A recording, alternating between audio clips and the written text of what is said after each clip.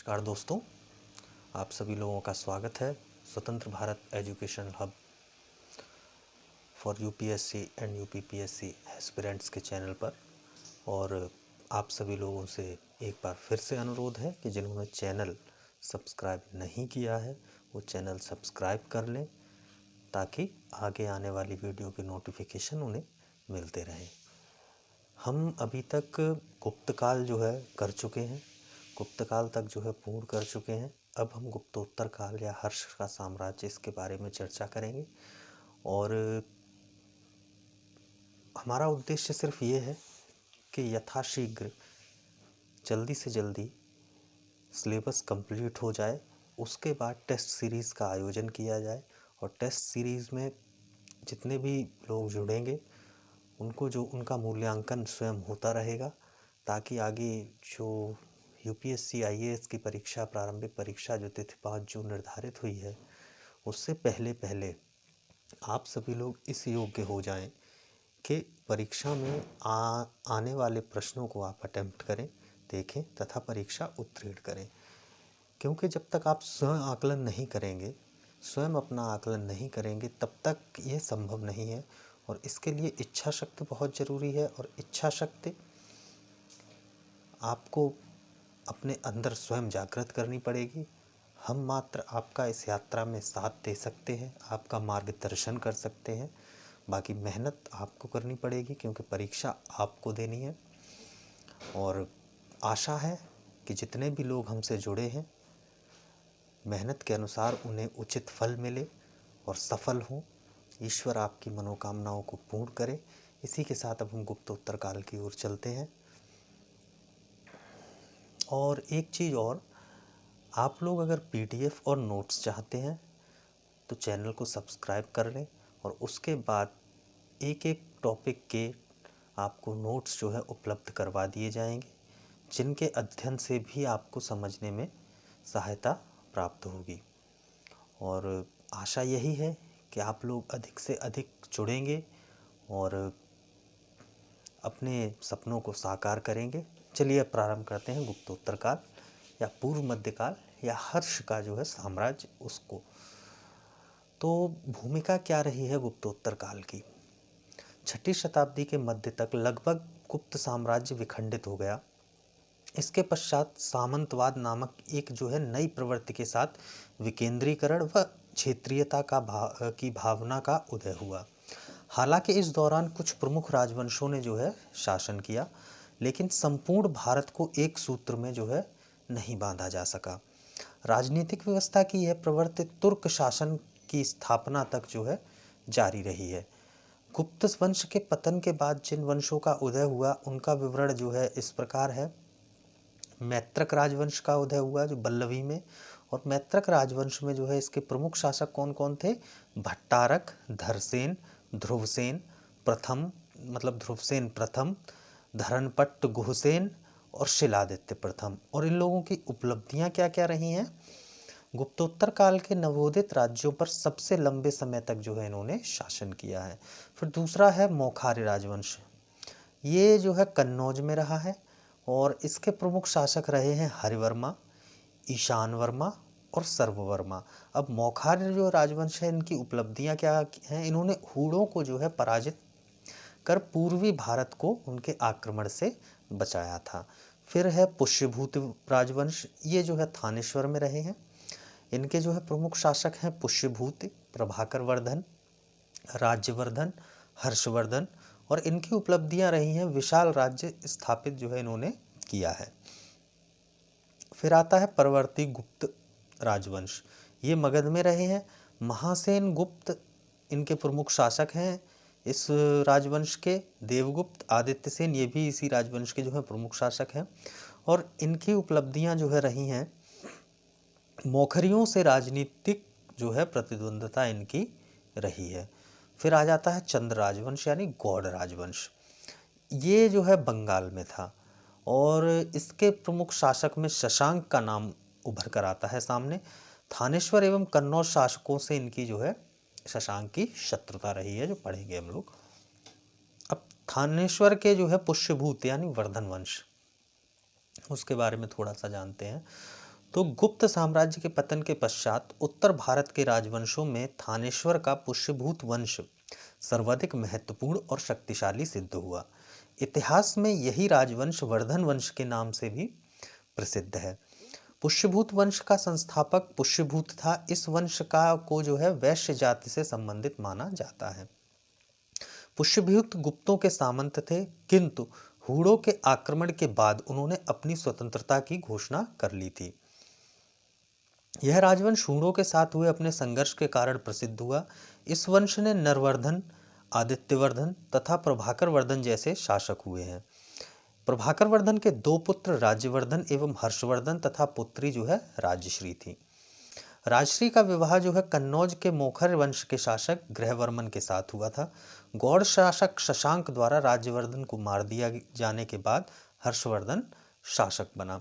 अब ह्वेनसांग जो है इनके बारे में, हर्षवर्धन के बारे में क्या वर्णन करते हैं, तो ह्वेनसांग का जो थोड़ा सा वर्णन देखते हैं कि ह्वेनसांग ने जो है हर्षवर्धन के बारे में क्या वर्णन किया है। ह्वेनसांग कहते हैं हर्षवर्धन के शासन काल में चीनी यात्री जो है, मतलब जो है ये ह्वेनसांग जो है हर्षवर्धन के काल में आए थे। ये चीनी यात्री थे। यह चीन से 629 ईस्वी में चले और सारे रास्ते घूमते हुए भारत पहुंचे। भारत में लंबे अरसे तक ठहरकर 645 ईस्वी में चीन लौट गए। वह नालंदा यानी बिहार के बौद्ध विश्वविद्यालय में पढ़ने और भारत से बौद्ध ग्रंथ संग्रह करने के उद्देश्य से आए थे। जो इन्होंने है अपना ग्रंथ सीयू की के नाम से लिखा। ह्वेनसांग को यात्रियों का राजकुमार तथा वर्तमान शाक्य मुनि कहा गया। ह्वेनसांग के अनुसार भारतीय समाज 4 वर्णों में विभक्त था, जिसमें ब्राह्मण सर्वोच्च थे। उसने शूद्रों को किसान कहा था। उसके अनुसार भारतीय लोग दांतों पर काला निशान लगाते थे और कान में जो है कुंडल पहनते थे।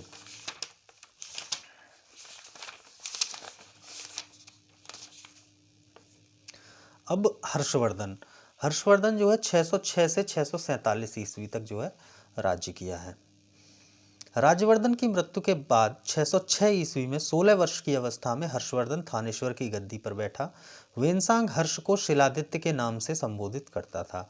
हर्ष का साम्राज्य जो है सामंती संगठन पर आधारित था, जो हर्ष की उपाधियों परम भट्टारक, महाराजाधिराज, सकलोत्तरापथेश्वर, चक्रवर्ती सार्वभौम, परमेश्वर, परम महेश्वर आदि से स्पष्ट हो जाता है।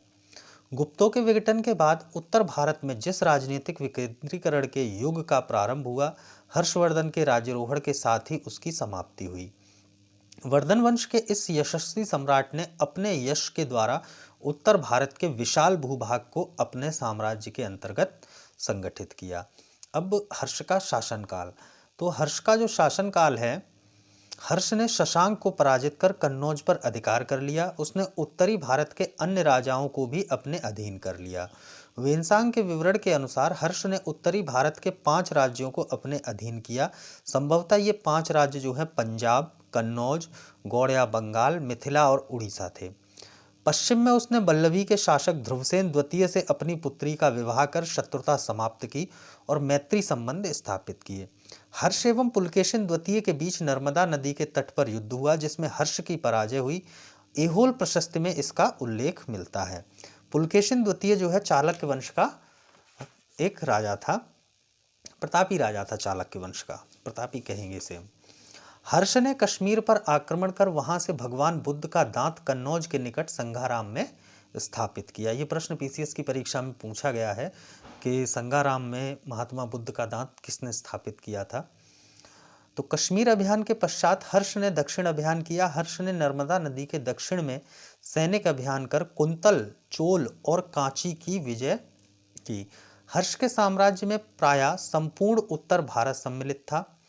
यह उत्तर में हिमालय से लेकर दक्षिण में नर्मदा नदी तथा विंध्य पर्वत तक, पूर्व में ब्रह्मपुत्र से पश्चिम में सौराष्ट्र एवं कठियावाड़ तक विस्तृत था।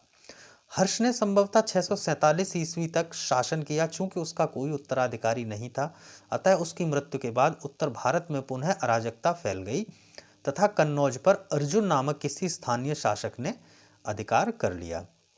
अब हर्षकालीन जो है प्रशासन कैसा रहा है, तो हर्षकालीन प्रशासन के बारे में हम चर्चा करते हैं। तो हर्ष के शासनकाल तथा समाज की जानकारी बाणभट्ट द्वारा रचित हर्षचरित्र और चीनी यात्री वेनसांग के संस्मरण से मिलती है। हर्षवर्धन ने एक विशाल साम्राज्य की स्थापना की थी जिसकी सीमाएं उत्तर में हिमाच्छादित पर्वत तक, दक्षिण में नर्मदा नदी के तट तक, पूर्व में गंजाम तथा पश्चिम में बल्लभी तक विस्तृत थी। हर्ष का साम्राज्य सामंती संगठन पर आधारित था। राज्य प्रशासनिक सुविधा के लिए ग्राम, विषय, भुक्त राष्ट्र में विभाजित था। भुक्त का तात्पर्य प्रांत से था, विषय जिले के समान था। शासन की सबसे छोटी इकाई ग्राम थी। वेनसांग हर्ष की सेना को चतुरांगिणी कहता है, जिसमें पैदल, घुड़सवार, रथ और हाथी की टुकड़ियां थीं। सम्राट को सहायता देने के लिए एक मैत्री परिषद होती थी। मंत्री को सचिव या अमात्य कहा जाता था। भंड हर्षवर्धन का प्रधान सचिव था। अवंती विदेशी सचिव था, जिसका संज्ञा महासंध विग्रहक थी।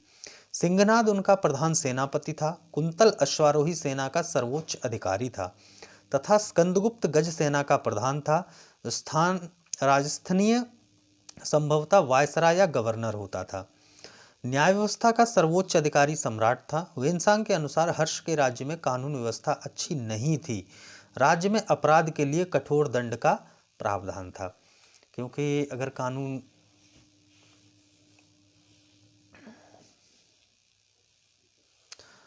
और इस काल में राज्य को सर्वाधिक आय भूमि से प्राप्त होती थी। भौगिक कर वसूलने वाला तथा पुस्तपाल जमीन का हिसाब रखने वाला पदाधिकारी था। उपज का छठा भाग राजस्व के रूप में वसूल किया जाता था। हर्ष और बौद्ध धर्म। तो हर्ष के पूर्वज भगवान शिव और सूर्य के अनन्य उपासक थे। शुरू में हर्ष भी अपने कुलदेवता शिव का परम भक्त था, परंतु चीनी यात्री वेनसांग से मिलने के बाद उसने बौद्ध धर्म की महायान शाखा को राजाश्रय दिया तथा वह पूर्णतः बौद्ध बन गया। हर्ष के समय में नालंदा महाविहार महायान बौद्ध धर्म की शिक्षा का मुख्य केंद्र था। हर्ष ने कन्नौज तथा प्रयाग में 2 विशाल धार्मिक सभाओं का आयोजन किया था। कुंभ मेले को प्रारंभ करने का श्रेय हर्षवर्धन को ही दिया जाता है। अब हर्षकालीन साहित्य। हर्षवर्धन के दरबार के प्रमुख विद्वान और उनकी रचनाएं कौन कौन सी हैं? बाणभट्ट हर्षचरित्र और कादंबरी, मयूर सूर्य शतक। हर्षवर्धन ने स्वयं 3 नाटकों प्रियदर्शिका, रत्नावली, नागानंद की रचना की। हालांकि इन रचनाओं को धावक नामक एक कवि को लिखने का श्रेय भी दिया जाता है। यह प्रश्न पूछा गया है। इस काल में जयसेन नामक विद्वान था जो स्वयं को कालिदास एवं भास के समान बताता था। अन्य कुछ महत्वपूर्ण तथ्य हैं तो वो है हर्ष के अधीनस्थ शासक महाराज अथवा महासामंत कहे जाते थे। प्रशासन की सुविधा के लिए हर्ष का साम्राज्य कई प्रांतों में विभक्त था। प्रांत को क्या कहा जाता था? प्रांत को भुक्ति कहा जाता था। ग्राम शासन की सबसे छोटी इकाई थी। ग्राम शासन का प्रधान ग्रामाछप तिलक कहा जाता था। हर्ष चरित्र में सिंचाई के साधन के रूप में तुला यंत्र का उल्लेख मिलता है। तुला यंत्र मतलब जल पंप। हर्ष के समय में मथुरा सूती वस्त्रों के निर्माण के लिए प्रसिद्ध था। हर्ष का शासन उत्तर में कश्मीर को छोड़कर सभी प्रांतों में था। अब कन्नौज के लिए त्रिपक्षीय संघर्ष जो हुआ है, त्रिपक्षीय संघर्ष भी पूछा जाता है, इसमें से भी प्रश्न आते हैं, तो जानते हैं त्रिपक्षीय संघर्ष क्या था। हर्ष के पश्चात कन्नौज विभिन्न शक्तियों का केंद्र बन गया। 8वीं शताब्दी में कन्नौज पर अधिकार करने के लिए 3 बड़ी शक्तियों पाल, प्रतिहार एवं राष्ट्रकूट के बीच संघर्ष आरंभ हो गया। यह संघर्ष लगभग 200 वर्षों तक चला। कन्नौज पर स्वामित्व के लिए संघर्ष का आरंभ पाल शासक धर्मपाल ने किया था। इस त्रिपक्षीय संघर्ष का कोई निर्णायक परिणाम नहीं निकलता। यह संघर्ष अनेक चरणों में संपन्न हुआ। प्रथम चरण में पाल शासक धर्मपाल, प्रतिहार शासक वत्सराज तथा राष्ट्रकूट शासक ध्रुव सम्मिलित हुए। त्रिपक्षीय संघर्ष के फलस्वरूप कन्नौज पर अंतिम रूप से गुर्जर प्रतिहार शासकों का अधिकार हो गया। अब आ जाते हैं बंगाल के पाल वंश। वेनसांग ने अपनी यात्रा वृत्तांत में लिखा है कि 8वीं शताब्दी के मध्य में बंगाल में 4 राज्य थे। पहला पुंड्रवर्धन, दूसरा कर्णसुवर्ण, तीसरा समतट, चौथा ताम्रलिप्त। पाल शासकों के साम्राज्य का विस्तार संपूर्ण बंगाल, बिहार तथा कन्नौज तक था। उनका शासन खाड़ी से लेकर दिल्ली तक तथा जालंधर से लेकर विंध्य पर्वत तक फैला हुआ था। अब प्रमुख शासक कौन कौन से हैं? तो प्रमुख शासक में आता है गोपाल, जो 750 से 770 ईस्वी तक राज्य किया है। तो 8वीं शताब्दी के मध्य बंगाल में अशांति एवं अव्यवस्था फैली हुई थी। बताया जाता है कि बंगाल में फैली अशांति को दबाने के लिए कुछ प्रमुख लोगों ने गोपाल को राजा बनाया। गोपाल जो है बौद्ध धर्म का अनुयायी था। उसने 750 ईस्वी में पाल वंश की स्थापना की। उसने औदंतीपुरी में एक मठ का निर्माण करवाया था। फिर आ जाता है धर्मपाल 770 से 810 ईस्वी तक। तो गोपाल के बाद उसका पुत्र धर्मपाल 770 ईस्वी में सिंहासन पर बैठा। उसने बंगाल को उत्तरी भारत के प्रमुख राज्यों की श्रेणी में स्थापित कर दिया। धर्मपाल कन्नौज के लिए त्रिकोणात्मक संघर्ष में उलझा रहा। उसने कन्नौज के शासक इंद्रायुध को परास्त कर चक्रायुध को अपने संरक्षण में कन्नौज की गद्दी पर बैठाया। धर्मपाल ने चक्रायुध को गद्दी पर बैठने के बाद भव्य दरबार का आयोजन किया। गुजराती कवि सौड्डल ने उसे उत्तरापत स्वामी की उपाधि से संबोधित किया है। धर्मपाल के लेखों में उसे परम सौगात कहा गया है। धर्मपाल जो है बौद्ध धर्म का अनुयायी था। उसने अनेक मठ और बौद्ध विहार बनवाए। उसने विक्रमशिला विश्वविद्यालय जो भागलपुर बिहार में है तथा सोमपुर महाविहार जो वर्तमान में बांग्लादेश में स्थित है की स्थापना की। अब देवपाल आ जाता है। देवपाल जो है 810 से 850 ईस्वी तक। तो धर्मपाल के बाद देवपाल यानी धर्मपाल का पुत्र गद्दी पर बैठा। उसने अपने पिता के अनुसार विस्तारवादी नीति का अनुसरण किया तथा मुंगेर को अपनी राजधानी बनाया। देवपाल के शासनकाल में अरब यात्री सुलेमान आया था। सुलेमान ने देवपाल को प्रतिहार राष्ट्रकूट शासकों से अधिक शक्तिशाली बताया। देवपाल के पश्चात कुछ समय के लिए पाल शासकों का साम्राज्य बंगाल एवं बिहार तक ही सीमित रह गया। देवपाल के बाद विग्रहपाल, नारायणपाल, राज्यपाल, गोपाल द्वितीय, विग्रहपाल द्वितीय शासक हुए। पाल शासक महीपाल प्रथम के समय पालों की शक्ति जो है पुनर्स्थापित हुई। वह बौद्ध धर्म का संरक्षक था। लोकेश्वर शतक के रचयिता वज्रदत्त को उसने संरक्षण दिया था। जो शैलेंद्र शासक जो थे वो बौद्ध थे। उन्होंने अपने कई दूत पाल दरबार में भेजे और पाल शासक से नालंदा में एक विहार बनाने की अनुमति भी मांगी थी। उन्होंने पाल राजा देवपाल से इस विहार के खर्च के लिए 5 गांवों की आमदनी देने का अनुरोध किया। यह अनुरोध जो है स्वीकार कर लिया गया। अब आ जाइए महीपाल प्रथम जो 978 से 1038 ईस्वी तक रहे हैं। तो महीपाल के बारे में ज़्यादा कुछ नहीं है। महीपाल को पाल वंश का दूसरा संस्थापक माना जाता है। उसके काल में राजेंद्र चोल ने बंगाल पर आक्रमण किया तथा पाल शासक को पराजित किया। उसने बौद्ध भिक्षु अतिशा के नेतृत्व में एक धर्म प्रचारक मंडल जो है तिब्बत भेजा था। फिर उसके बाद रामपाल 1075 से 1120। रामपाल के बारे में पाल वंश का अंतिम शक्तिशाली शासक रामपाल को ही जो है माना जाता है। उसके शासनकाल में कैवतों का विद्रोह हुआ था जिसका उल्लेख संध्याकर नंदी द्वारा रचित रामचरित पुस्तक में मिलता है। रामपाल के बाद कुमारपाल, गोपाल तृतीय तथा मदनपाल ने लगभग 30 वर्षों तक शासन किया। रामपाल के निधन के बाद गहड़वालों ने बिहार में शाहाबाद और गया तक राज्य विस्तार किया था। अब पालकालीन संस्कृतियां कौन कौन सी हैं? तो यह मतलब पाल शासक जो हैं बौद्ध धर्म के अनुयायी थे। उस समय में संतरक्षित, कमलशील और दीपांकर नामक विद्वानों ने तिब्बत की जो है यात्रा की। पाल कलाकारों को कांस्य मूर्तियां बनाने में महारत हासिल थी। बौद्ध धर्म के महायान और वज्रयान संप्रदायों के प्रभावों से पाल शासनकाल में मूर्तिकला का विकास हुआ। इस कला के प्रमुख केंद्र थे नालंदा, बोधगया एवं कुर्कीहार। संस्कृत के अतिरिक्त बांग्ला लिपि एवं भाषा तथा जनभाषा को प्रगति पालों के अधीन हुई। हिंदू काव्य दायभाग के जन्मदाता जीमूतवाहन को पाल शासकों का संरक्षण प्राप्त था। अब बंगाल का सेन वंश। बंगाल का सेन वंश क्या कहता है? पाल वंश के पतन के पश्चात बंगाल के शासन की बागडोर सेन राजवंश के हाथों में आ गई। सेन वंश के संस्थापना जो है सामंत सेन ने राड नामक स्थान पर की थी। अब बंगाल के सेन वंश के प्रमुख शासक कौन कौन है? विजयसेन। विजयसेन 1095 से 1158 ईस्वी तक इन्होंने राज्य किया है। तो विजयसेन जो है सामंत सेन का उत्तराधिकारी था, वह सेन वंश का प्रथम महान शासक था। देवपाड़ा प्रशस्ति जो कवि धोयू द्वारा रचित है में विजयसेन की यशस्वी विजयों का उल्लेख करते हुए कहा गया है कि उसने नव्य या नान्य एवं वीर को पराजित किया था। मतलब नेपाल एवं मिथिला में विजयसेन ने विजयपुरी और विक्रमपुर नामक दो राजधानियों की स्थापना की। उसकी उपलब्धियों से प्रभावित होकर श्री हर्ष नामक कवि ने उसकी प्रशंसा में विजय प्रशस्ति काव्य की रचना की। विजयसेन शैव धर्म का अनुयायी था, जिसकी पुष्टि उसकी अरिराज वृषभ शंकर की उपाधि से स्पष्ट होती है। उसकी अन्य उपाधियां परमेश्वर, परम भट्टारक तथा महाराजा धीराज थी। अब बल्लाल सेन जो है 1158 से 1178 ईस्वी तक रहे हैं।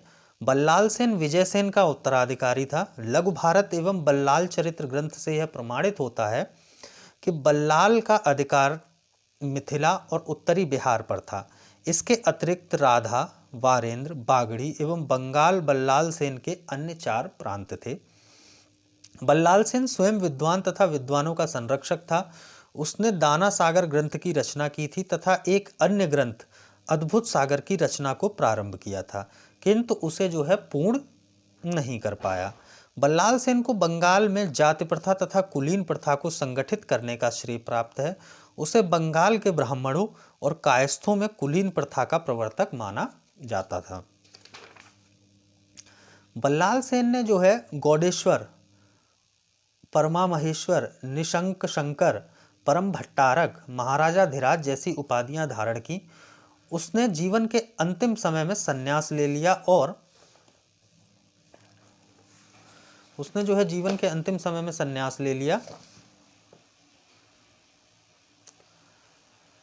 गौडेश्वर तथा निशंक शंकर की उपाधि से उसने शैव मतावलंबी होने का आभास जो है इन उपाधियों से होता है। तो लक्ष्मण सेन, उसके बाद लक्ष्मण सेन 1179 से 1205 ईस्वी तक इन्होंने राज्य किया है। तो बल्लाल सेन का उत्तराधिकारी लक्ष्मण सेन लगभग 1179 ईस्वी में गद्दी पर बैठा। उसका शासन संपूर्ण बंगाल पर था। उसने बंगाल की प्राचीन राजधानी गौड़ के निकट ही एक अन्य राजधानी लक्ष्मणवती की स्थापना की, जिसे लखनौती भी कहा गया है। लक्ष्मण सेन ने गहड़वाल शासक जयचंद को पराजित किया था। 1202 ईस्वी में बख्तियार खिलजी के द्वारा उसकी राजधानी लखनौती पर आक्रमण कर उसे नष्ट कर दिया गया। इस घटना का वर्णन मिनहाज ने तबकात ए नासिरी में किया है। लक्ष्मण सेन स्वयं एक विद्वान था। उसने अपने पिता बल्लाल सेन द्वारा प्रारंभ किए गए अद्भुत सागर नामक ग्रंथ की रचना को पूरा किया। श्रीधर जो है उसका दरबारी कवि था। लक्ष्मण सेन की राज्यसभा में गीत गोविंद के लेखक जयदेव, पवनदूत के लेखक धोई, ब्राह्मण सर्वस्व के रचयिता हलायुध आदि निवास करते थे। हलायुध उसका प्रधान न्यायाधीश तथा मुख्यमंत्री था। लक्ष्मण सेन वैष्णव धर्म का अनुयायी था। लेखों में उसे परम भागवत की उपाधि प्रदान की गई है।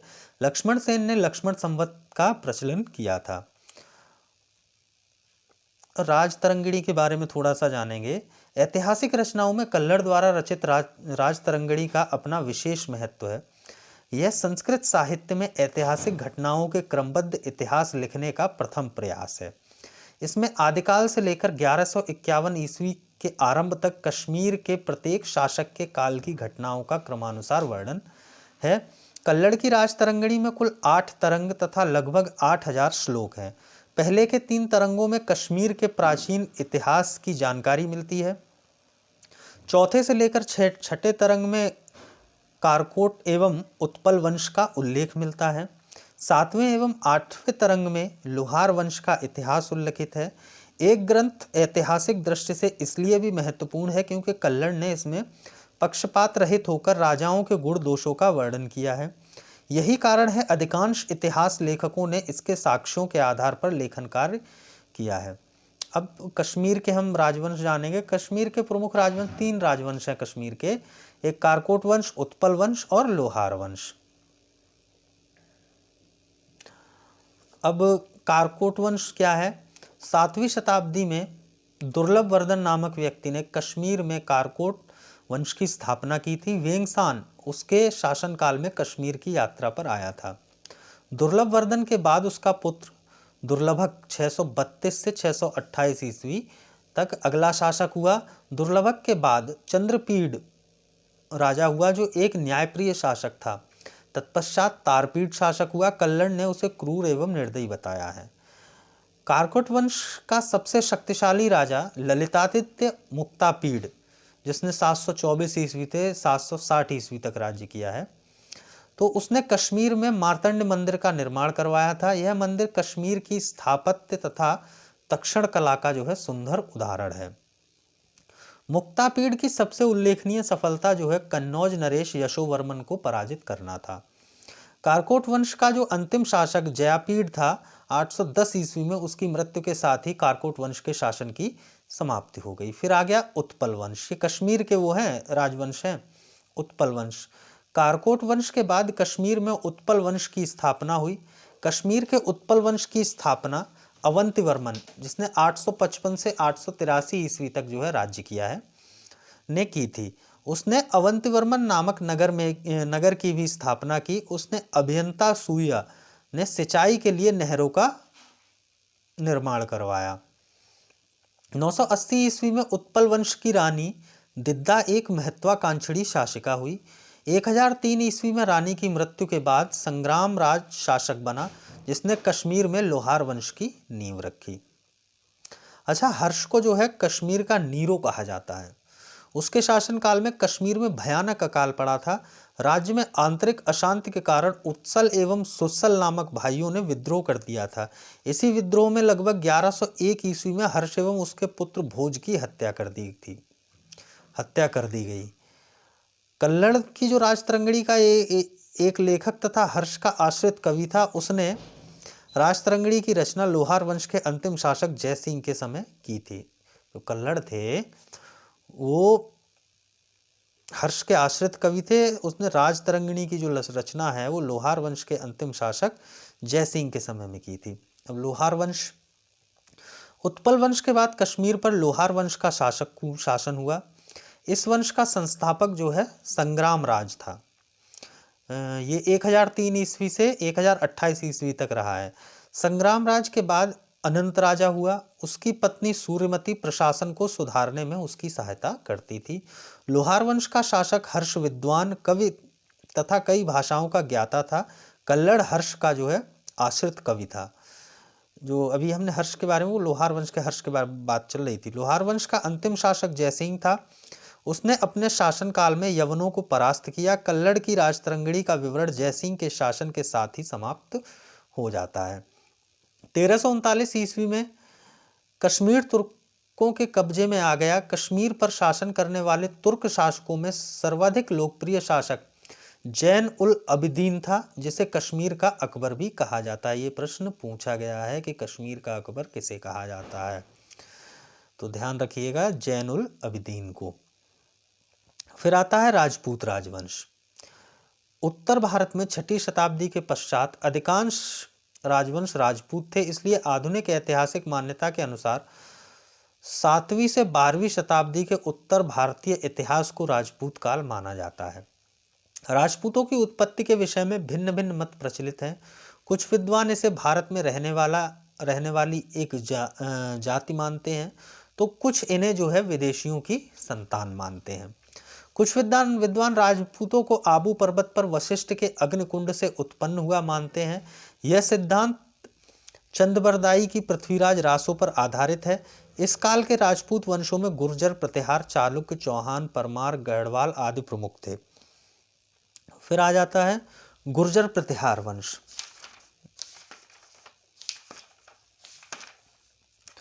तो गुर्जर प्रतिहार वंश की उत्पत्ति गुजरात व दक्षिण पश्चिम राजस्थान में हुई थी। प्रतिहारों के अभिलेखों में उन्हें श्रीराम के अनुज लक्ष्मण का वंशज बताया गया है। पुलकेशिन द्वितीय के ऐहोल अभिलेख से सर्वप्रथम गुर्जर जाति का उल्लेख प्राप्त क्या हुआ है, उसी में जो है सर्वप्रथम गुर्जर जाति का उल्लेख हुआ है। इस वंश का संस्थापक हरिश्चंद्र था, परंतु प्रथम वास्तविक महत्वपूर्ण शासक नागभट्ट प्रथम था। प्रतिहारों का राज्य उत्तर भारत के व्यापक क्षेत्र में फैला हुआ था। यह गंगा यमुना दोआब पश्चिमी राजस्थान हरियाणा तथा पंजाब के क्षेत्रों तक फैला हुआ था। अब प्रमुख शासक नागभट्ट प्रथम, जो 730 से 756 ईस्वी। नागभट्ट ने अरबों से लोहा ले लिया और पश्चिमी भारत में एक शक्तिशाली राज्य की स्थापना की। ग्वालियर प्रशस्त में उसे मलेच्छों का नाशक बताया गया है। फिर वत्सराज 775 से 800 ईस्वी। वत्सराज एक शक्तिशाली शासक था जिसने प्रतिहार साम्राज्य का वास्तविक संस्थापक माना जाता है। उसने त्रिपक्षीय संघर्ष में सर्वप्रथम भाग लिया तथा पाल वंश के शासक धर्मपाल को पराजित किया, किंतु राष्ट्रकूट शासक ध्रुव से पराजित हो गया। वत्सराज की मृत्यु के बाद उसका पुत्र नागभट्ट द्वितीय 800 से 833 ईस्वी गद्दी पर बैठा। उसने कन्नौज पर अधिकार करके उसे प्रतिहार साम्राज्य की राजधानी बनाया। अब आता है मिहिरभोज प्रथम 836 से 885 ईस्वी तक। मिहिरभोज इस वंश का सर्वाधिक महत्वपूर्ण शासक था। कल्लड़ तथा अरब यात्री सुलेमान के विवरणों से भी हमें इसके काल की घटनाओं की जानकारी मिलती है। मिहिरभोज को अपने समय की दो प्रबल शक्तियों पाल नरेश देवपाल तथा राष्ट्रकूट नरेश ध्रुव से पराजित होना पड़ा। उसने अपनी राजधानी कन्नौज बनाई थी। वह विष्णु भक्त था। उसने विष्णु के सम्मान में आदिवराह एवं प्रभास जैसी उपाधि धारण की। मिहिरभोज की उपलब्धियों की चर्चा उसके ग्वालियर प्रशस्त अभिलेख में की गई है। अब आता है महेंद्रपाल प्रथम 885 से 910 ईस्वी। मिहिरभोज के पश्चात उसके पुत्र महेंद्रपाल प्रथम ने शासन किया। उसने राष्ट्रकूट शासक इंद्र तृतीय को पराजित किया, किंतु उसे कश्मीरी शासक से युद्ध में पराजित होना पड़ा। महेंद्रपाल की राजसभा में प्रसिद्ध विद्वान राजशेखर निवास करते थे, जो उसके राजगुरु थे। राजशेखर ने कर्पूर मंजरी, काव्य मीमांसा, विद्वशाल भंजिका, बाल रामायण, भुवन कोश तथा हरविलास जैसे प्रसिद्ध जैन ग्रंथों की रचना की। फिर उसके बाद आ जाते महीपाल प्रथम 912 से 944 ईस्वी। महीपाल एक कुशल एवं प्रतापी शासक था। उसके शासनकाल में बगदाद निवासी अल मसूदी गुजरात आया था 915 के आसपास। अल मसूदी गुर्जर प्रतिहार को अल गुर्जर और राजा को बोरा कहकर पुकारता था, जो संभवतः आदिवराह का अशुद्ध उच्चारण है। महीपाल का शासनकाल शांत एवं समृद्धि का काल रहा। राजशेखर उसे आर्यवर्त का महाराजा धीराज कहता है। राजशेखर को महेंद्रपाल प्रथम तथा महीपाल दोनों ने संरक्षण प्रदान किया था। महीपाल के बाद महेंद्रपाल द्वितीय, देवपाल, विनायकपाल द्वितीय, महीपाल द्वितीय तथा विजयपाल जैसे कमजोर शासक हुए। अतः उनके समय में प्रतिहार साम्राज्य के टूटने की गति और भी तेज हो गई। 963 ईस्वी में राष्ट्रकूट शासक कृष्ण तृतीय ने प्रतिहार राजा को पराजित किया। 1018 ईस्वी में महमूद गजनबी ने कमजोर गुर्जर शासक राजपाल को पराजित किया। राजपाल का पुत्र त्रिलोचन पाल भी 1019 ईस्वी में महमूद गजनबी से पराजित हुआ। इस वंश का अंतिम शासक यशपाल था। गहड़वालों ने कन्नौज पर अधिकार कर गुर्जर प्रतिहार वंश का अंत कर दिया। अब कन्नौज का जो है गहड़वाल वंश। गहड़वालों का मूल निवास स्थान विंध्याचल का पर्वतीय वन प्रांत माना जाता है। चंद्रदेव ने कन्नौज में गहड़वाल वंश की स्थापना की। दिल्ली के तोमरों ने भी उसकी अधीनता स्वीकार की। उसने महाराजा धीराज की उपाधि धारण की। फिर प्रमुख शासक कौन कौन रहे हैं? गोविंद चंद 1114 से 1155 ईस्वी तक। गोविंद चंद गहड़वाल वंश का सर्वाधिक शक्तिशाली शासक था। उसने आधुनिक पश्चिमी बिहार से लेकर पश्चिमी उत्तर प्रदेश तक का समस्त भाग अपने अधीन करके कन्नौज के प्राचीन गौरव को पुनः स्थापित किया। वह स्वयं बड़ा विद्वान था। उसे उसके लेखों में विविधा विद्या विचारवास्पति कहा गया है। लक्ष्मीधर गोविंद चंद्र की शांत एवं युद्ध मंत्री था। वह भी शास्त्रों का प्रकांड पंडित था। उसने कृत्य कल्पतरु नामक ग्रंथ की रचना की, जिससे तत्कालीन राजनीति, समाज एवं संस्कृति पर सुंदर प्रकाश पड़ता है। जयचंद 1170 से 1194 ईस्वी। इस वंश का अंतिम शक्तिशाली शासक जयचंद था। भारतीय लोक साहित्य तथा कथाओं में वह राजा जयचंद के नाम से विख्यात है। 1194 ईस्वी में चंदावर के युद्ध में वह मोहम्मद गोरी से पराजित हुआ। तथा मारा गया। पूर्व की ओर विस्तार के प्रयास में जयचंद को बंगाल के शासक लक्ष्मण सेन द्वारा भी पराजित होना पड़ा था। जयचंद ने संस्कृत के प्रख्यात कवि श्री हर्ष को संरक्षण प्रदान किया, जिसने नैषेध चरित एवं खंडन खंड खाद्य की रचना की। अपनी विजय के उपलक्ष्य में उसने राजसूय यज्ञ भी किया था। कालांतर में इल्तुतमिश ने कन्नौज पर अधिकार कर गहड़वाल वंश के शासन को समाप्त कर दिया। अब शाकंभरी का चौहान वंश। 7वीं शताब्दी में वासुदेव द्वारा स्थापित शाकंभरी यानी सांबर एवं अजमेर के निकट के चौहान राज्य का इतिहास में विशेष स्थान है। इस वंश के प्रारंभिक इतिहास तथा वंशावली का ज्ञान हमें विग्रहराज द्वितीय के हर्ष प्रस्तर अभिलेख तथा सोमेश्वर के समय में बिजौलिया प्रस्तर लेख से होता है। चौहान प्रतिहार शासकों के सामंत थे। 10वीं शताब्दी के प्रारंभ में वाक्पतिराज प्रथम ने प्रतिहारों से अपने को स्वतंत्र कर लिया। अब प्रमुख शासक कौन कौन थे? अजयराज। अजयराज 12वीं शताब्दी में चौहान वंश का शासक बना। वह पृथ्वीराज प्रथम का पुत्र था। उसने अजमेर नगर की स्थापना की थी तथा उसे अपनी राजधानी बनाया था। अजयराज का उत्तराधिकारी अर्डोराज एक महत्वपूर्ण शासक था। उसने अजमेर के निकट सुल्तान महमूद की सेना को पराजित किया था। फिर विग्रहराज चतुर्थ अथवा वीसलदेव 1153 से 1163 तक। वीसलदेव की सबसे बड़ी सफलता तोमरों की स्वाधीनता समाप्त करके उन्हें अपना सामंत बनाना था। वीसलदेव विजेता होने के साथ साथ यशस्वी कवि और लेखक भी था। उसने हरिकेल नामक एक संस्कृत नाटक की रचना की। इस नाटक के कुछ अंश 2.5 दिन का झोपड़ा नामक मस्जिद की दीवारों पर उत्कीर्ण किए गए हैं। वीसलदेव ने अजमेर में सरस्वती का प्रसिद्ध मंदिर बनवाया। उसके दरबार में कथा सरित सागर के रचयिता सोमदेव रहते थे, जिन्होंने वीसलदेव के सम्मान में ललित विग्रहराज नामक ग्रंथ की रचना की। इन्होंने जो है प्रयाग प्रशस्ति पर अपना नाम भी बाद में अंकित करवाया था। पृथ्वीराज तृतीय अब 1178 से 1192 ईस्वी। पृथ्वीराज चौहान अथवा पृथ्वीराज तृतीय को राय पिथौड़ा भी कहा जाता है। वह चौहान वंश के प्रसिद्ध शासक था। उसके अधिकार में दिल्ली से लेकर अजमेर तक का विस्तृत भूभाग था। उसने अपनी राजधानी दिल्ली का जो है नवनिर्माण किया। पृथ्वीराज चौहान का युद्ध संघर्ष। 1186 ईस्वी में पृथ्वीराज चौहान ने गुजरात के चालुक्य शासक भीम द्वितीय पर आक्रमण किया। संभवतः परमार राजकुमारी से विवाह के प्रश्न पर भीम द्वितीय से उसका युद्ध हुआ था।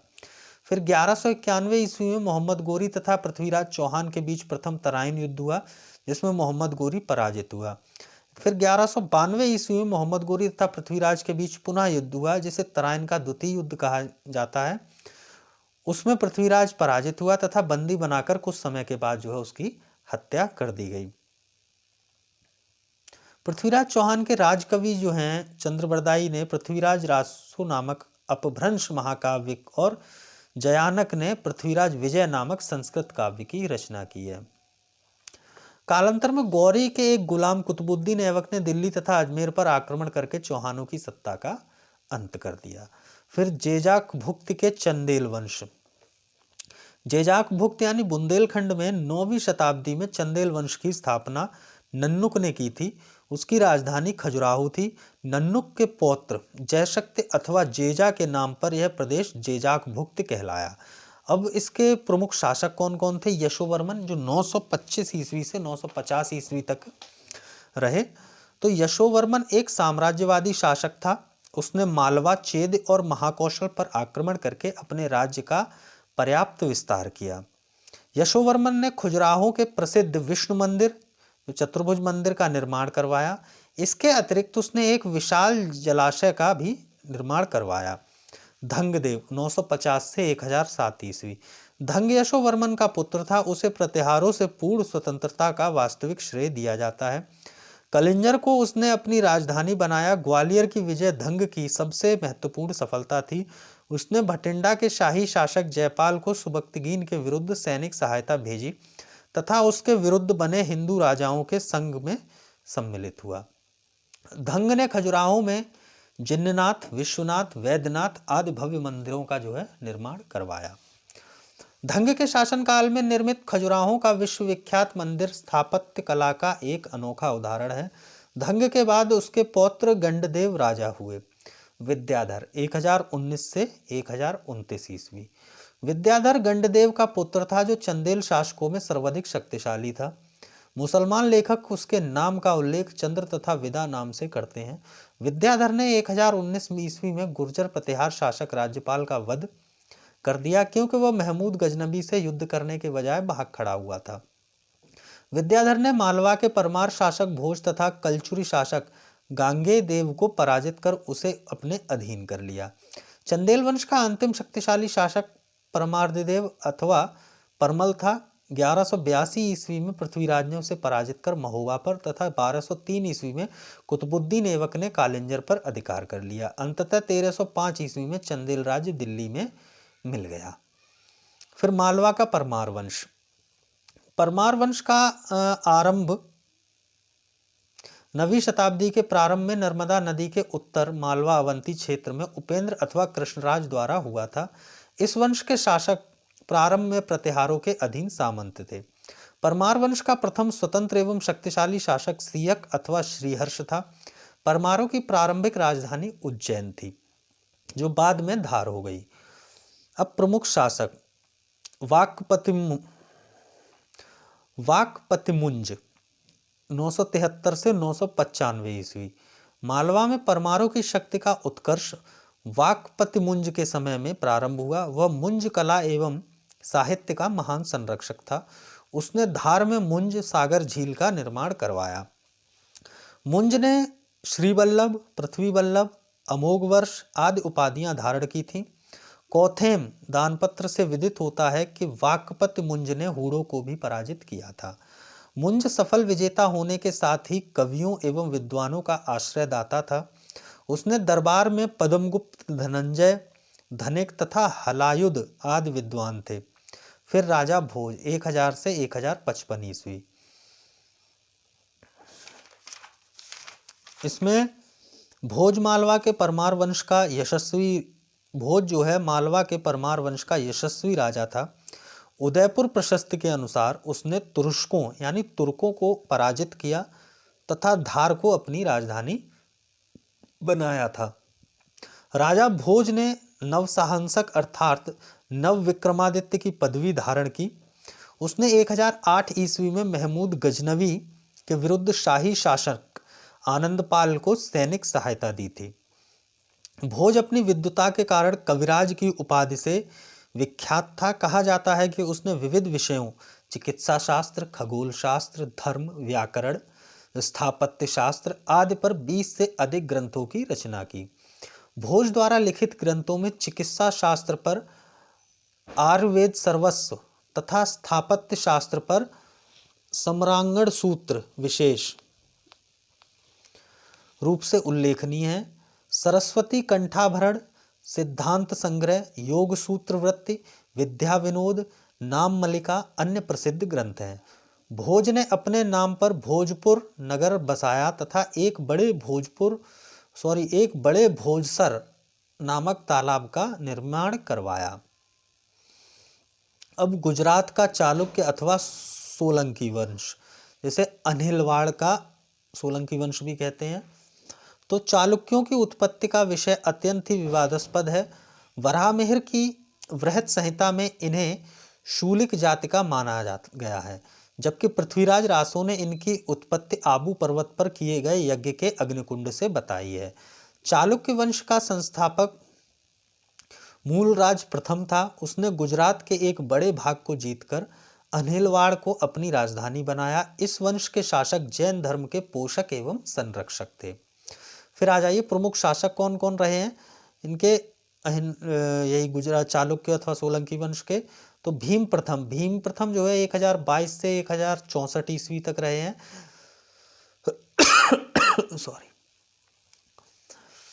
भीम प्रथम इस वंश का सबसे शक्तिशाली शासक था। उसके शासनकाल में गुजरात पर महमूद गजनबी का आक्रमण 1025 ईस्वी में हुआ। उसने सोमनाथ मंदिर को लूटा तथा उसे नष्ट कर दिया। भीम प्रथम ने सोमनाथ मंदिर को जो पहले लकड़ी और फिर ईंटों द्वारा निर्मित था, पत्थर से निर्मित करवाया था। भीम प्रथम के सेनानायक विमल शाह ने माउंट आबू पर प्रसिद्ध जैन मंदिर दिलवाड़ा मंदिर का जो है निर्माण करवाया था। अच्छा, सोमनाथ मंदिर से संबंधित एक मान्यता के अनुसार इस मंदिर का जो है पुनर्निर्माण कुमारपाल ने करवाया था। अब आ जाइए जयसिंह या सिद्धराज, 1094 से 1143 ईस्वी। तो जयसिंह ने सिद्धराज की उपाधि ग्रहण की। वह पराक्रमी तथा वीर होने के साथ साथ विद्वानों का आश्रयदाता भी था। प्रसिद्ध जैन आचार्य हेमचंद्र उसके दरबार में रहता था। आबू पर्वत पर उसने एक मंडप का निर्माण करवाया था, जहां उसने हाथियों पर आरूढ़ अपने 7 पूर्वजों की मूर्तियों को प्रतिस्थापित किया। उसने सिद्धपुर में रुद्र महाकाल का मंदिर बनवाया। सिद्धराज स्वयं शैव था, लेकिन जैन विद्वान हेमचंद्र का सम्मान करता था। फिर कुमारपाल जो है 1143 से 1172 ईस्वी तक रहे हैं। तो कुमारपाल एक महत्वाकांक्षी शासक था। प्रसिद्ध जैन आचार्य हेमचंद्र ने उसे जैन धर्म में दीक्षित किया था। इसके पश्चात परम अहर्त की उपाधि धारण की और संपूर्ण साम्राज्य में अहिंसा के सिद्धांतों का क्रियान्वयन किया। जैन परंपरा के अनुसार कुमारपाल ने अपने संपूर्ण साम्राज्य में पशु हत्या, मद्यपान एवं धूर्त कीड़ा पर जो है प्रतिबंध लगा दिया था। कुमारगुप्त ने सोमनाथ मंदिर का अंतिम रूप से पुनर्निर्माण करवाया तथा जैन आचार्य हेमचंद्र के साथ सोमनाथ मंदिर में शिव की अर्चना की। कुमारपाल चरित्र नामक काव्य में जो है जयसिंह सूरी नामक कवि ने उसका यशोगान किया है। फिर अजयपाल जो है 1172 से 1176 ईस्वी तक रहा है। तो अजयपाल कुमारपाल का उत्तराधिकारी था। उसके शासनकाल में शैव एवं जैन धर्मावलंबियों के मध्य गृह युद्ध आरंभ हो गया, जिसके कारण अनेक जैन भिक्षुओं की हत्या कर दी गई और उनके जैन मंदिरों को जो है नष्ट कर दिया गया। अन्य शासक फिर हैं, तो उनमें मूलराज द्वितीय तथा भीम द्वितीय इस वंश के अन्य प्रमुख शासक हैं। मूलराज द्वितीय ने 1178 ईस्वी में आबू पर्वत के निकट मोहम्मद गोरी को हराया। चालुक्य वंश का अंतिम शासक भीम द्वितीय था। उसने चालुक्य शक्ति एवं प्रतिष्ठा को पुनर्स्थापित किया।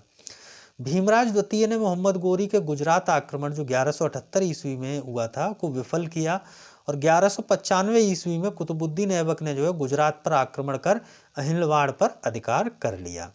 अब आ जाइए गुप्तोत्तरकालीन अन्य राजवंश। तो उनमें कौन कौन है? गौड़ वंश है, कलचुरी वंश है, बल्लवी के मैत्रक वंश है, पूर्वी गंग वंश है, काकतीय वंश है, होयसल वंश है। तो पहले देखते हैं गौड़ वंश। गौड़ बंगाल का प्रमुख राजवंश था। बंगाल में गौड़ राजपूतों के लंबे समय तक शासन रहा।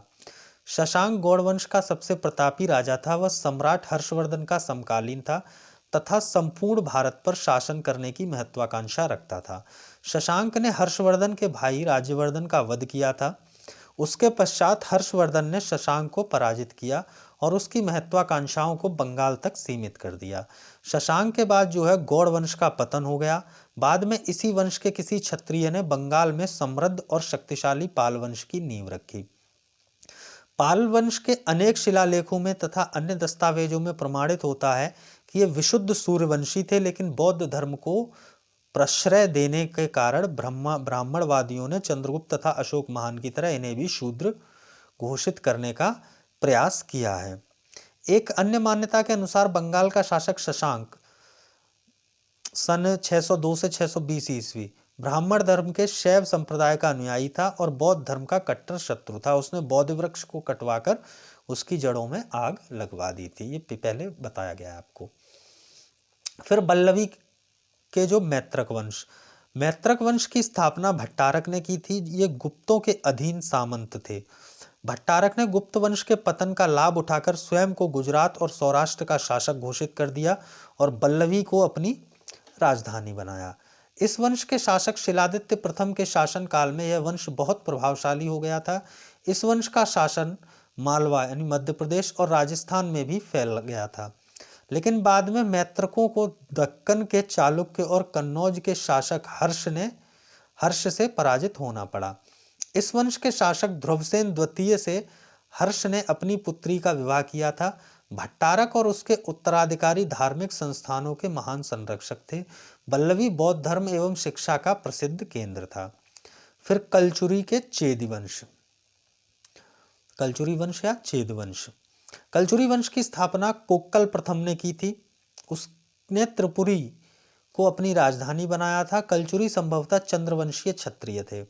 गांगेय देव इस वंश का सबसे प्रतापी राजा था, जो 1019 से समथिंग 1040 के आसपास तक रहे हैं, तो जिसने विक्रमादित्य की उपाधि धारण की थी। 1181 ईस्वी तक आते आते अज्ञात कारणों से इस वंश का पतन हो गया। कलचुरी शासक त्रैकूटक संवत का प्रयोग करते थे, जो 248 से 249 ईस्वी में प्रचलित हुआ था। फिर पूर्वी गंग वंश। अब पूर्वी गंग वंश में जो है, पूर्वी गंग वंश का सर्वाधिक प्रतापी राजा अनंत वर्मा चोटगंग था। उसने 976 से 1048 ईस्वी तक शासन किया। पूर्वी गंग वंश के शासक धर्म एवं कला के महान संरक्षक थे। अनंत वर्मा चोटगंग ने पुरी के प्रसिद्ध जगन्नाथ मंदिर का निर्माण करवाया। ये प्रश्न पूछा गया है।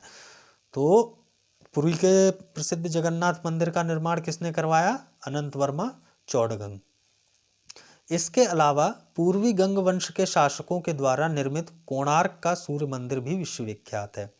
उनकी राजधानी का नाम कलिंगनगर था, जो वर्तमान समय में आंध्र प्रदेश के श्रीकाकुलम जिले का श्रीमुखलिंगम है। फिर काकतीय वंश। काकतीय वंश जो है, कल्याणी के चालुक्य वंश के उत्कर्ष काल में काकतीय वंश के राजा चालुक्यों के सामंतों के रूप में अपने राज्य का शासन करते थे। चालुक्य साम्राज्य के विघटन काल में काकतीय वंशी प्रोल द्वितीय ने अपने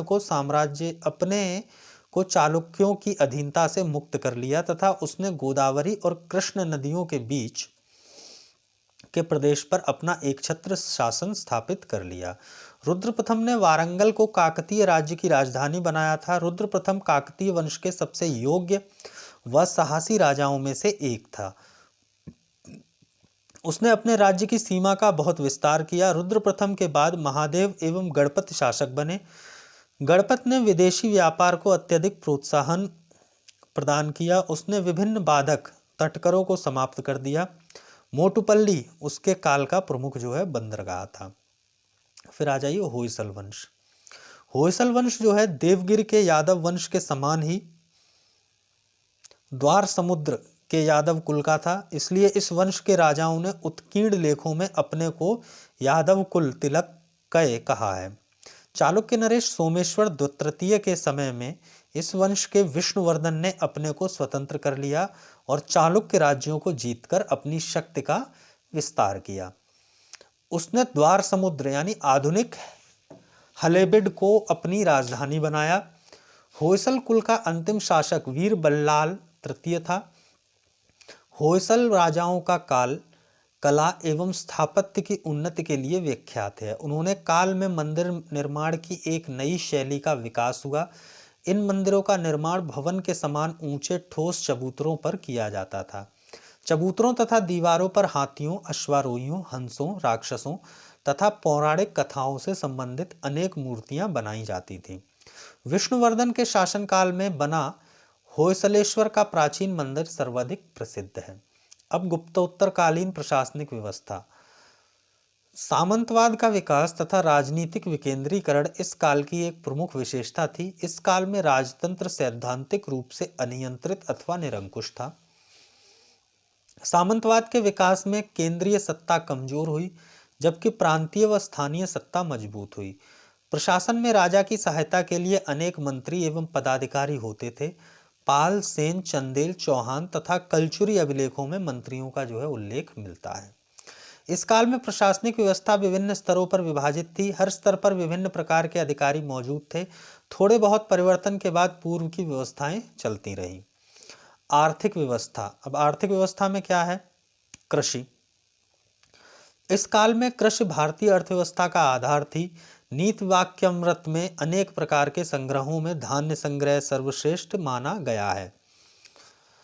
गुप्तोत्तर काल में अधिकारियों, मंदिरों, ब्राह्मणों आदि को उनकी सेवाओं के बदले भूक्षेत्र प्रदान करने में से सामंतवाद का उदय हुआ। यद्यपि भूमिदान की प्रथा का प्रारंभ सातवाहन काल में हुआ था। ब्रह्मत संहिता एवं अमरकोश जैसे 6ठी शताब्दी के ग्रंथों में कृषि फलों एवं बागानों पर अलग से अध्याय देकर उसे समझाया गया है। अभिधान रत्नमाला नामक ग्रंथ में तत्कालीन समय में बोए एवं उपजाए जाने वाले विभिन्न अनाजों का वर्णन है। उत्पादकता के हिसाब से भूमि का वर्गीकरण किया गया है। वाहित यानी भूमि जिसमें बोया जाता हो, अकृष्ट जिसमें खेती न की जाती हो, ऊसर जहां बीज न उगता हो, खिलपर्ती जिस भूमि को जोता नहीं जाता, साक्त व्यक्तिगत स्वामित्व वाली भूमि। फिर कर व्यवस्था क्या है गुप्तोत्तर काल में? भूमि कर सिद्धांत जमीन का उत्पादन क्षमता एवं वास्तविक उत्पादन के आधार पर 1/12 से लेकर 5/6 भाग तक निर्धारित होता था। करों का संग्रह गांव का मुखिया करता था। इस काल के प्रमुख कर थे भाग यानी उपज का हिस्सा, भोग यानी फल फूल लकड़ी आदि उपहार स्वरूप राजा को प्रदान करना, हिरण्य यानी नगद रूप में वसूल किए जाने वाला कर, प्रस्थ यानी अधिकारियों का हिस्सा, उपरिकर यानी अस्थायी कृषकों पर लगने वाला कर।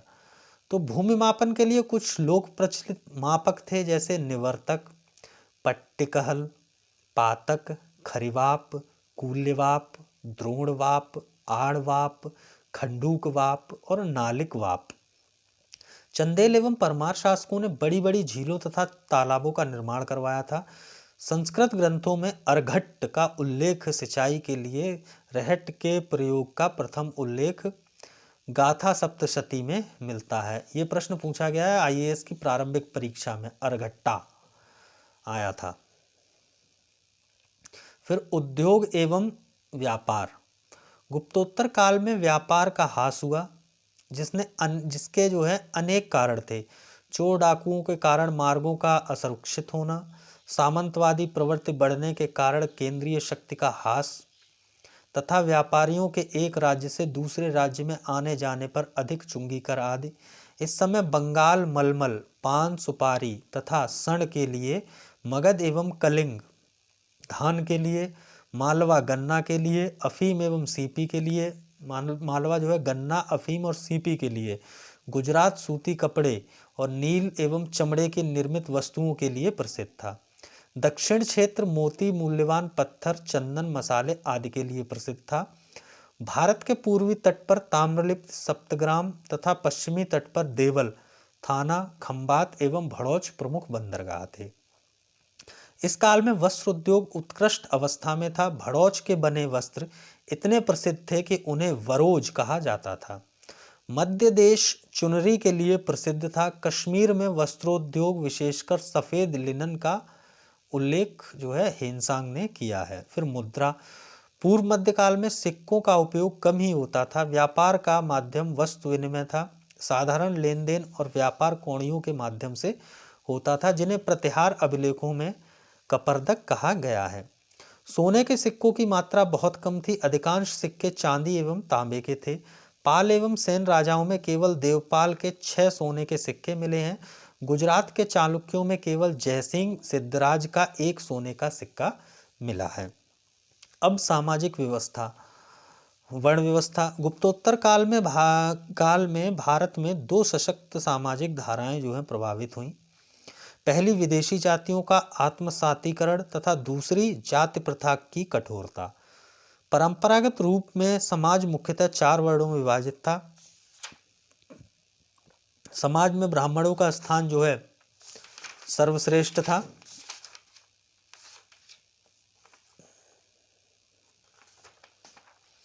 इस युग की महत्वपूर्ण घटना राजपूतों का अभ्युदय है, जिन्होंने प्राचीन क्षत्रियों का स्थान ले लिया। वाणिज्य व्यापार में गिरावट के कारण वैश्यों की स्थिति में गिरावट आई। उनके लिए कृषि, व्यापार, पशुपालन जैसे व्यवसाय निर्दिष्ट किए गए। अलबरूनी ने वैश्यों एवं शूद्रों में कोई अंतर नहीं पाया। वैश्यों का शूद्रों के रूप में मूल्यांकन तथा शूद्रों का कृषकों के रूप में परिवर्तन हुआ। अब शूद्रों की क्या स्थिति थी?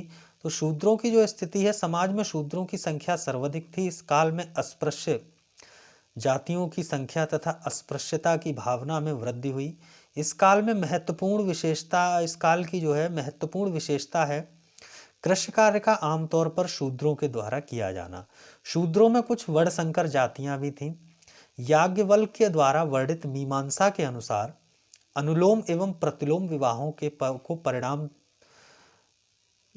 अनुलोम तथा प्रतिलोम विवाहों के जो है परिणाम स्वरूप अनेक वर्ण संकर जातियों की उत्पत्ति हुई। अनुलोम जातियां द्विज जातियां थीं, इसलिए इन्हें यज्ञोपवीत संस्कार का अधिकार था। इस काल में जन्मी वर्ण संकर जातियों में कायस्थ सर्वाधिक उल्लेखनीय है। सबसे निम्न जाति अत्यंज थी, जिनमें सर्वाधिक निम्न चांडाल थे। फिर स्त्रियों की क्या स्थिति थी? गुप्तोत्तर काल में स्त्रियों की दशा में गिरावट आई। उच्च कुल की स्त्रियां प्रशासन के कार्यों में भागीदारी निभाती थीं। कल्याणी के चालुक्य की राजकुमारियां प्रदेशों की शासिका थीं। काकतीय रानी रुद्रमा ने काकतीय राजवंश पर लंबे समय तक शासन किया।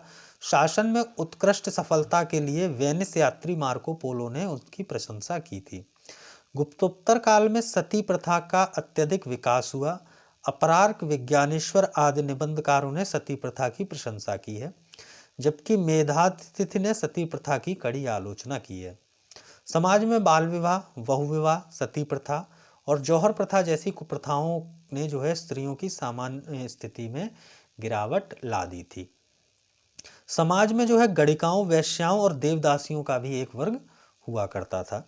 फिर दासों की क्या स्थिति थी? तो दासों की पूर्व मध्यकाल या गुप्तोत्तर काल में दास प्रथा में वृद्धि हुई। इन्हें किसी सामाजिक वर्ग के रूप में नहीं माना गया। दासों की स्थिति अत्यंत अंत्यजों तथा तिरस्कृत जातियों से अच्छी थी। दास दासियों को दान में देने की प्रथा इस काल में बहुत प्रचलित हो गई थी। बौद्ध मठों और मंदिरों को दास दान के रूप में दिए जाते थे। विज्ञानेश्वर के अनुसार ऋण न चुका सकने के कारण ऋणी स्वयं को ऋणदाता का दास बना लेता था। दास प्रायः घरेलू काम में ही लगाए जाते थे। फिर धार्मिक स्थिति। गुप्तोत्तर काल में शैव, वैष्णव, बौद्ध एवं जैन सभी धर्मों का समाज में स्थान था। शक्ति पूजा इस काल में बहुत व्यापक हो गई। पूजा और भक्ति दोनों ही तांत्रिक धर्म के अभिन्न तत्व बन गए। शैव धर्म पशुपात, कापालिक, अघोरी, लिंगायत, शैवाद्वैत आदि अनेक उप संप्रदायों में विभाजित था। बुद्ध एवं जैन को विष्णु का अवतार माना जाने लगा। ईश्वरीय संप्रदायों ने शक्ति परम देवता की अर्धांगिनी के रूप में संसार में प्रचलित हो गई। दुर्गा की उपासना का श्रेय मार्कंडेय पुराण को है। बौद्ध धर्म ने तांत्रिक अभाव के कारण मंत्रायन, वज्रायन, सहजयान आदि रूप धारण कर लिए थे। हर्ष तथा पालों ने बौद्ध धर्म को संरक्षण दिया था।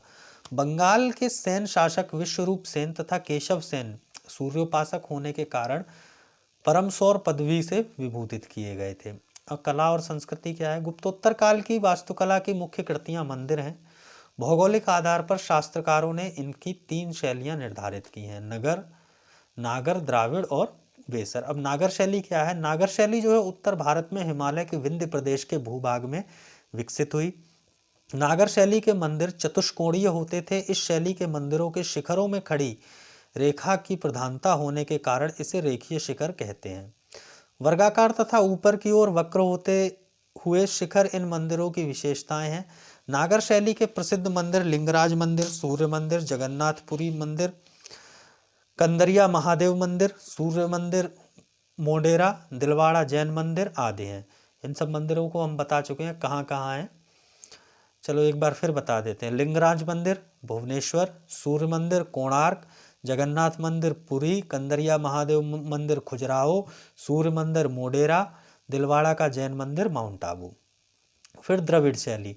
द्रविड़ शैली का विस्तार कृष्णा तथा कन्याकुमारी अंतरीप के बीच अर्थात आधुनिक तमिलनाडु प्रदेश में है। इस शैली के मंदिरों की बनावट की विशेषता है वर्गाकार गर्भगृह पर पिरामिड नुमा अर्थात ऊपर की ओर आकार में छोटी हुई मंजिलों को बना शिखर। इसका शीर्ष 8 या 6 कोणों के गुंबद के आकार का होता है। फिर पल्लव, चालुक्य, चोल एवं पांड्य शासकों के शासनकाल में मुख्यतः इस शैली में मंदिरों का निर्माण हुआ। महाबलीपुरम और कांची के मंदिर, वातापी तथा ऐहोल के मंदिर, तंजौर का राजराजेश्वर मंदिर या बृहदेश्वर मंदिर इस शैली के मंदिरों के प्रमुख उदाहरण हैं। अब आ जाइए बेसर शैली। तो बेसर शैली का विस्तार विंध्य और कृष्णा के बीच में है। इसे दक्षिणावर्त भी कहा जाता है। बेसर शैली में नागर और द्रविड़ शैली के तत्व मिश्रित हैं। बेसर शैली के मंदिरों में देउल, गर्भगृह और जगमोहन होता था। इस शैली के मंदिर अर्धगोलाकार होते थे। होयसल राष्ट्रकूट काल के ऐहोल मंदिर, कैलाश मंदिर, एलोरा आदि बेसर शैली से निर्मित जो है मंदिर हैं। अब इस तरह से जो है ये तो था आपका गुप्त काल। इसके बाद जो है हम चलेंगे संगम काल की ओर, और संगम काल के बाद फिर हम देखेंगे प्राचीन भारत में जो विविध पहलू हैं उन्हें, और इसके साथ ही फिर जो है हमारा ये प्राचीन भारत का पोर्शन ख़त्म हो जाएगा। फिर हम मध्यकालीन भारत शुरू करेंगे। अभी दक्षिण भारत के राज्य जो हैं कुछ हैं वो भी जो है थोड़ा सा देखेंगे, और फिर जो है दर्शन का विकास जो किस तरह से हुआ है वो दो, ये मतलब 3-4 चीज़ें अब बची हैं। तो ये अब हम सोच रहे हैं ये एक इससे अगली जो सेशन रहेगा उसमें ये हम पूरा प्राचीन भारत ख़त्म कर देंगे, और उसके बाद हम लोग मध्यकालीन भारत करेंगे, फिर उसके बाद जो है आधुनिक भारत। तो अब धन्यवाद आप सभी का इतने समय तक जुड़े रहने के लिए, और अब मिलते हैं अगले सेशन में। और सबसे ज़रूरी बात, जिन्होंने चैनल सब्सक्राइब नहीं किया है कृपया करके चैनल सब्सक्राइब कर लें ताकि आपको नोटिफिकेशन मिलता रहे, और अपने साथी मित्रों में शेयर अवश्य करें ताकि उन्हें भी इसका लाभ मिल सके। धन्यवाद। जय हिंद, जय भारत।